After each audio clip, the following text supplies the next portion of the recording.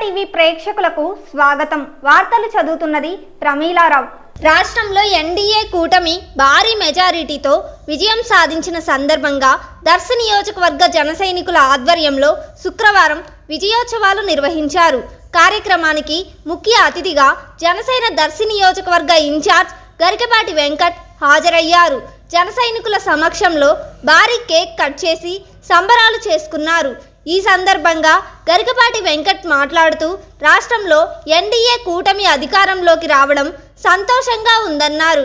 కూటమి విజయానికి దోహదపడిన జనసైనికులు, తెదేపా శ్రేణులు, బీజేపీ నాయకులు, కార్యకర్తలకు కృతజ్ఞతలు తెలియజేశారు. త్వరలో దర్శిలో జనసేన పార్టీ ఆధ్వర్యంలో భారీ స్థాయిలో జాబ్ మేళా నిర్వహిస్తామన్నారు. ప్రభుత్వ జూనియర్ కళాశాలలో డ్రింకింగ్ వాటర్ ప్లాంట్ ఏర్పాటు చేస్తామని ప్రకటించారు.